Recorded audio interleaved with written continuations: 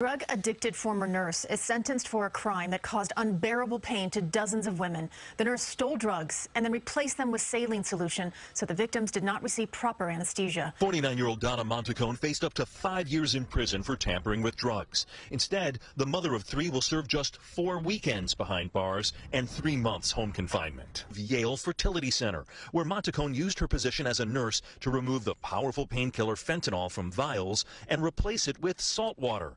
As a result, women undergoing egg retrieval treatments endured horrific pain. Monticone said, "My regret and shame run deep.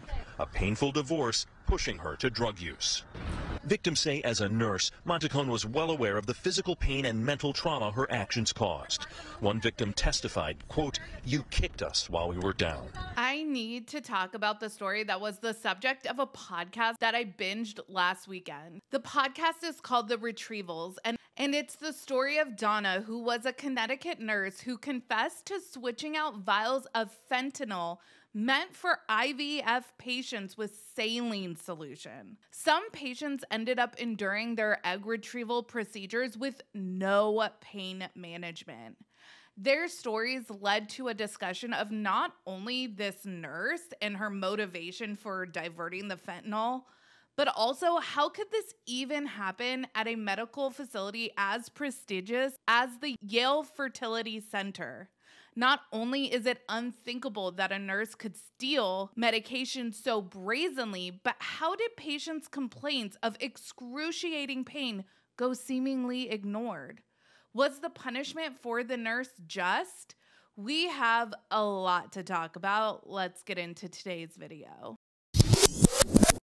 Hey everyone, what's up? It's Sarah and welcome to Sarah Spills. From 2020 to 2021, and these dates have been called into question, many women who went to the Yale Fertility Center for egg retrievals, a procedure in which a needle is inserted into and through the vaginal wall in order to access a patient's ovary and eggs, expected to be given a drug combination that would sedate and anesthetize them. The latter drug was fentanyl, one of the most powerful painkillers in the world. But despite this, many women reported being wide awake and feeling everything during a procedure when they should have felt practically nothing. Others who were relatively out of it during the procedure awoke in the recovery room in excruciating pain that doctors seemingly couldn't explain. Some of these women had been given the highest dose safely and legally possible, but were still in agony during their retrievals. Within months, the reasons for their pain became clear. A nurse at the clinic had been stealing the fentanyl for personal use and filling the empty vials with saline solution. The nurse in question, Donna, was not interviewed for the podcast, but the public aspects of her story, which were found in court documents, were discussed. Donna left what she describes as an abusive marriage and was embroiled in custody battles with her ex-husband. She began using fentanyl as a way to numb her stress and anxiety. Nurse Donna was ordered to serve 3 years of supervised release, 4 weekends of incarceration, and 3 months of home confinement. These 4 weekends in prison would be timed while her children were with their father.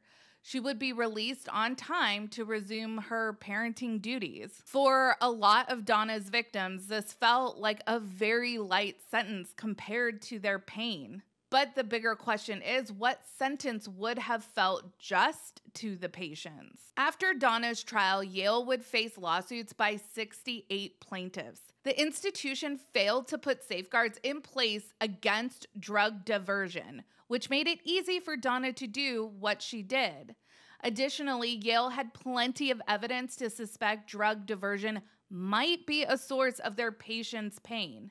The Drug Enforcement Agency found that under Nurse Donna's watch, 35% of the clinic's fentanyl went missing. Donna claims she started diverting fentanyl in June of 2020. But when this case became public, many patients from earlier claimed to have had similar experiences. So how many patients have really been impacted?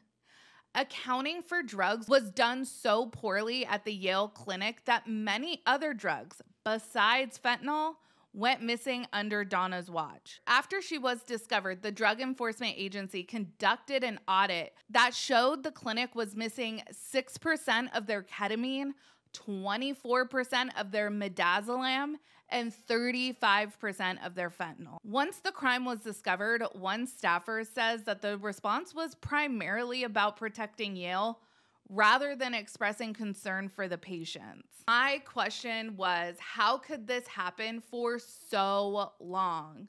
Dr. Alyssa Burgart writes on Bioethics Today, when patients kicking and screaming during a procedure is tolerated at one end of the normal range, you will rationalize it. She says, listening to the Retrievals, it's clear that women's pain was generally dismissed as secondary to the clinic's and patients' main goals, retrieving eggs for IVF. The culture recognized the procedure was painful and tolerated occasional patient agony, prioritizing making embryos. That meant that nurses and doctors in the clinic wouldn't have necessarily noticed that the drugs weren't working when Donna began diverting fentanyl. Staff were primed to think women's severe pain during retrievals was something to be tolerated, not worthy of further investigation or intervention relative to the retrieval itself. Dr. Burgart goes on to say that this is not about one nurse who diverted medications. It's about a culture that didn't know how to think about and address women's pain in relation to retrieving their eggs. I found this podcast so interesting because it poses so many really interesting and important questions regarding substance abuse by medical staff. What is the proper punishment for crimes committed as a result of or in conjunction with addiction? And I think more importantly, a culture of minimizing women's pain. To me, it's just so baffling that this could happen more than once.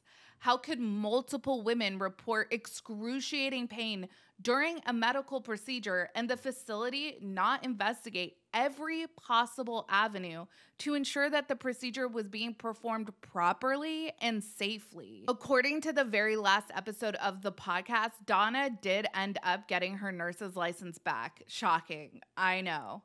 But she ended up voluntarily surrendering it once again. Let me know your thoughts on this story. Let me know if you've listened to the Retrievals already. If you haven't, check it out wherever you listen to podcasts. Make sure you like this video and subscribe to my channel. Follow me on Instagram, Threads, and Twitter at Reality Squad. And I will catch you guys in the next video. Take care. Have a good one. Much love.